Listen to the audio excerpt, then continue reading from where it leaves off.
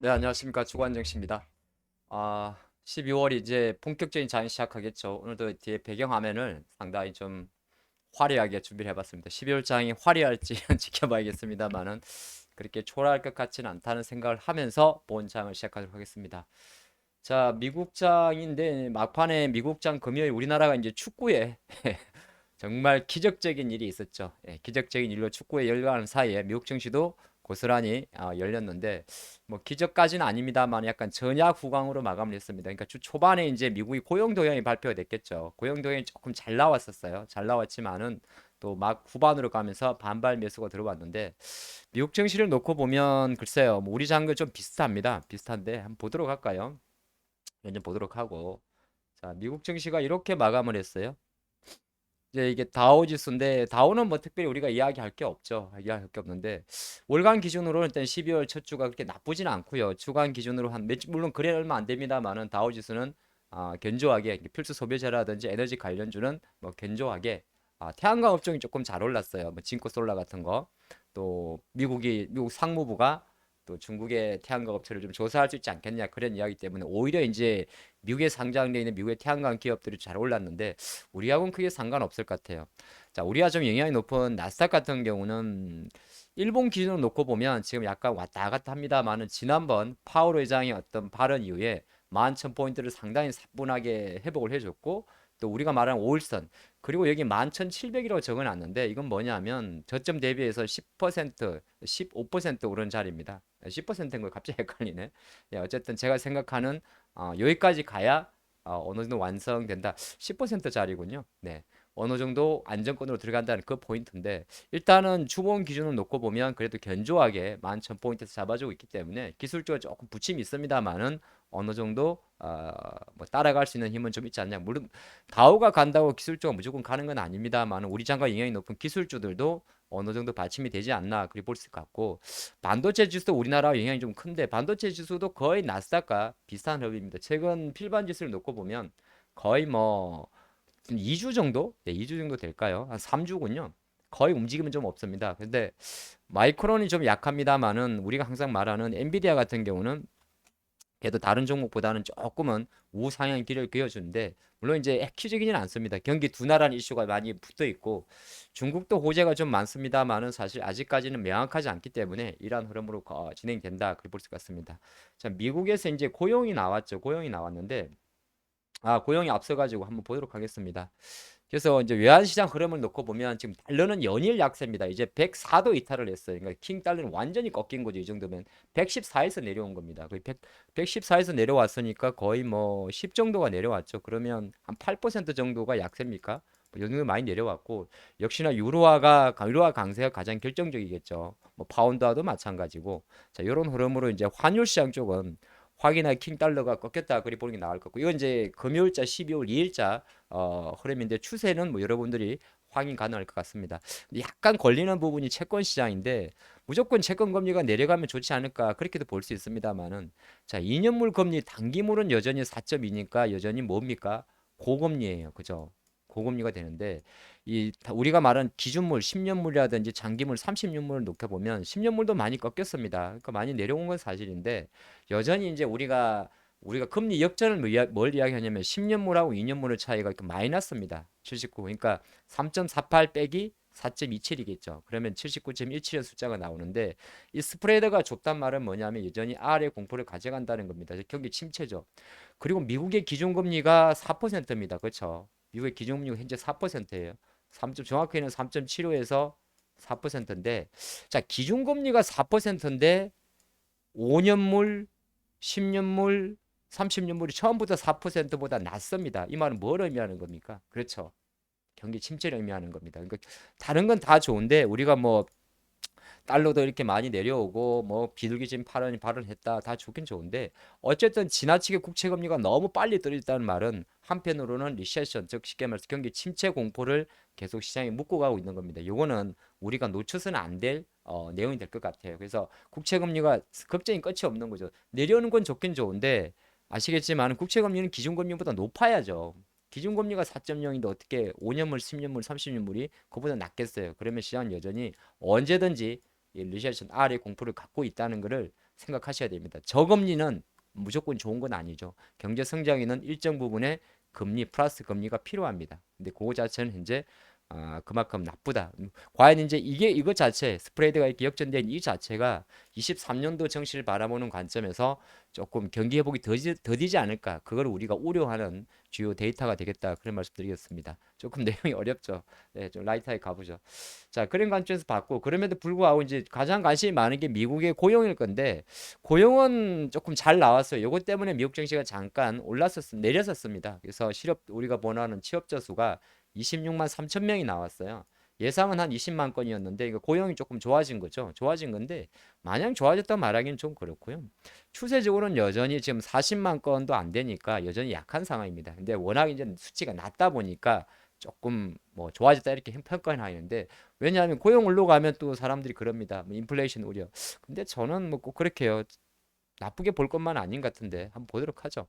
자, 실업률은 3.7%로 전달과 똑같이 마감을 했고요. 또 하나가 이제 그 우리가 말하는 뭐라고 할까?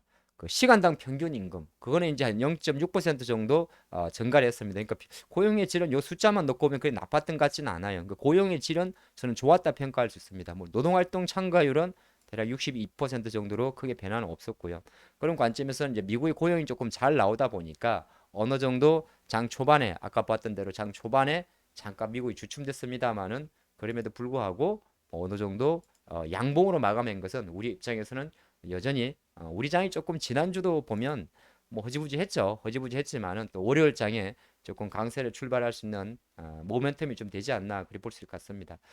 그리고 남에 이제 이번 주 증시 같은 경우는 약간 사실 이번 12월 증시의 특징이 뭐 특별한 게 없다는 거죠.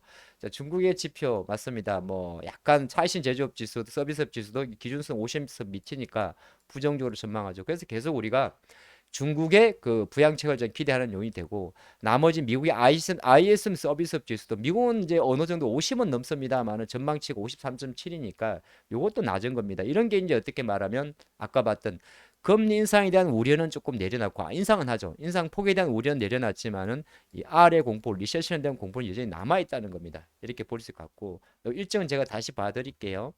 그리고 이제 7일 날 되게 되면 또 중국의 수출입 또 요날은 또 중국의 수출입도 있고 외환 보유고도 있습니다. 이런 내용이 있는데 요거는 뭐 우리나라 경기에 조금 영향이 높은데 그렇게 좋지만은 않네요. 어쨌든 수출도 마이너스 4.5 정도 감소. 그러니까 중국이 여전히 봉쇄 우쇼가 있는 거죠. 그리고 중국의 물가 지표는 사실 크게 중요하지는 않습니다.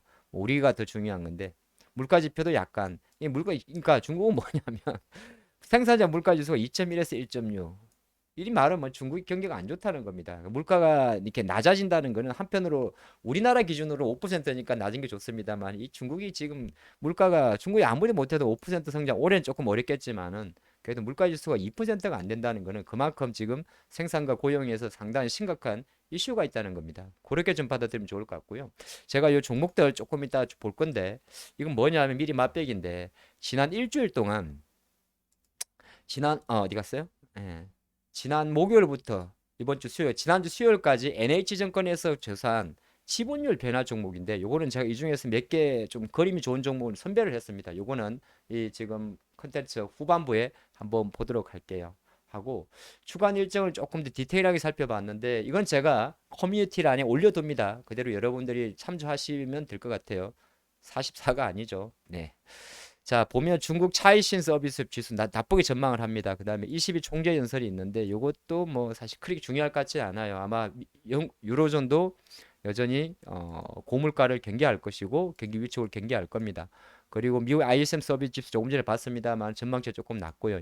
자, 우리나라 과학기술부가 5G 28GHz 주파수 할당 취소 청문회인데 이거는 뭐냐면은 KT, LG U 플러스 SKT에 대해서입니다. 그래서 지난 한 2주 전인가요? 요 이슈 때문에 5G 관련주가 움직였죠. 이는 청문회이기 때문에 왜 그렇게 했냐? 왜 똑바로 설치 안 했냐? 요거는 이제 묻고 따지는 내용이 되겠죠. 근데 요것도 제가 적어둔 이유는 잠깐 월요일장에 5G 관련주의 움직임이 생길 수도 있습니다. 그 관점으로 해봤습니다. 뭐 취소위가 나온다는 거는 결과적으로 제대로 주파수를 할당해 줬는데 오히려 쉽게 말해서 5G 설치가 제대로 안 된 거니까 내부적으로는 요 이슈를 가지고 5G 관련주가 좀 움직일 수가 있고요. 지금은 많이 이슈가 느려졌습니다만 미국의 조지아주의 상원의원 선거 결선 투표가 화요일 날 예정되어 있습니다. 한번 체크해 보셔야 되고 호주 금리 인상하는 거는 별로 중요하지 않아요. 예. 이제는 뭐 금리 인상 자체 지난달에 25bp 정도 올린 인상을 했었고요. 신규 하나 상장합니다. SMG 엔터 같던데 GG가 아닌데.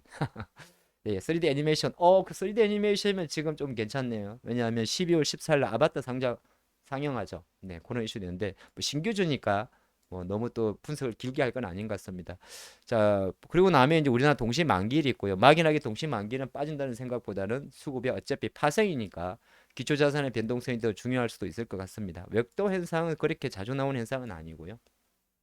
그리고 나면 금요일 날 이제 중국의 소비자 물가지수 생산량이 뭐 쭉쭉쭉 발표되고 미시간대 전리주도 쭉쭉 발표되는데 그렇게 중요하진 않고 우리나라도 이제 금요일자 원래 동시만기 기준이고 형식적으로는 이제 그 다음날 금요일 날 코스피 200 정기 변경인데 항상 그렇습니다만 들어가는 종목보다 빠지는 종목이 오히려 편할 수가 있고요. 코스닥은 들어가는 종목은 그렇게 중요하지 않아요. 왜냐하면 패시브 자금치 크지 않으니까. 하지만 여기 명단에 나와 있는 기업들 뭐 인탑서부터 더네이처홀딩스까지는 오히려 이제 12월 9일부터는 공매도 대상은 됩니다. 뭐 공매도 대상이 된다 무조건 주가 빠지는 건 아닙니다만은 내용적인 면에서는 그런 게 있다는 걸 말씀드리겠고 또 코스피 200도 있고 코스닥 150도 있습니다만은 KRX 300 지수도 들어가는 게 있어요. 여기는 300개 종목 있겠죠. 나노 신소재부터 뭐 쭉쭉쭉 신라젠, 포스코 ICT까지 듣긴 되는데 요거는 이제 참조차 여러분들이 디테일하게 보시려면 제가 커뮤니티에 올려둔 거 꼭 참조하시기 바랍니다. 아까 잠깐 보다가 말았는데 기사 한 몇 가지만 조금 제가 필요한 것 같아서 준비한 게 있는데 그건 뭐냐면 검투세 이슈인데 요게 지금 6일 정도라고 이야기를 해요. 6일이면 화요일이 될 것 같은데 화요일 정도에는 되지 않을까 이런 이야기 잠깐 나옵니다. 그래서 지금 약간은 또 아니 이거 뭐 하자는 건지 잘 모르겠는데 어쨌든 100억에서 약간 조정한다. 그래서 50억까지도 잠깐 이야기가 나와요.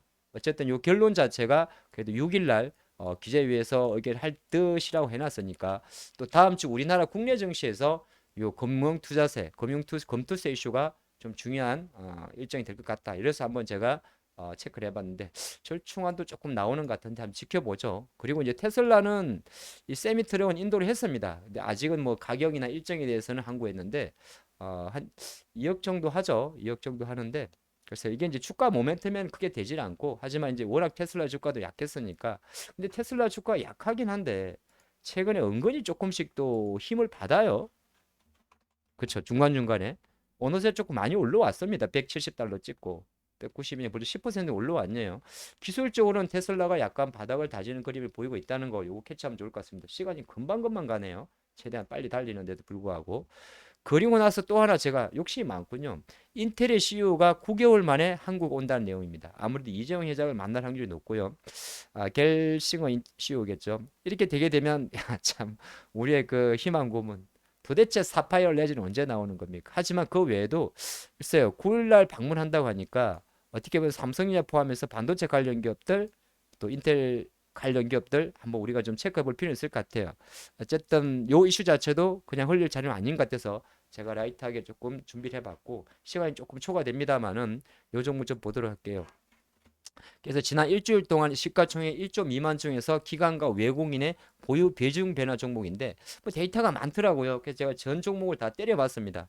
그러니까 지분 변화율을 봤는데 요 중에서 키관이 매수한 종목 중에서 조금 힘이 좋은 게 모트렉스하고 이스페타시스, 그다음에 우주일렉트로, 타이거일렉, 그다음에 아모그린텍 한번 잡아봤고요.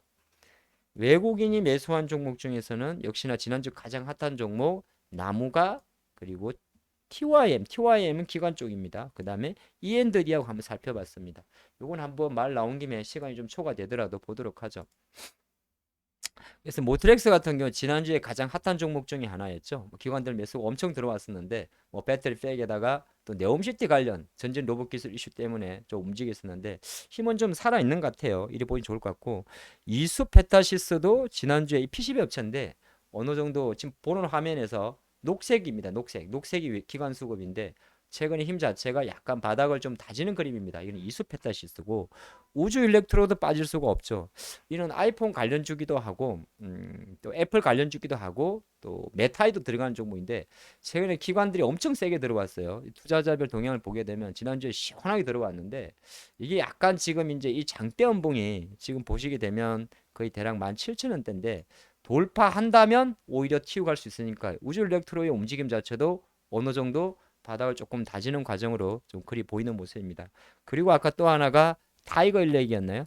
타이거 일렉은 제가 알기로는 반도체 종목인데 이것도 그림을 조금 만들고 있어요. 이렇게 파동이 조금 짧아지면서 이평선이 딱 보면 딱 점으로 모여 있습니다. 점으로. 이건 타이거 일렉인데 이것도 지금 기관들이 녹색을 보게 되면 엄청나게 지난주에 조금 세게 들어온 종목 중에 하나입니다. 그러니까 요거 한 다섯 종목 정도 살펴봤고 자 외국인이 산 종목 나무가는 역시나 3D 센싱이죠. 그리고 삼성이 아마 제가 텔레그램에 내년 23년도 갤럭시 23 이야기를 잠깐 올려놨었는데 또 나무가가 후방 카메라예요.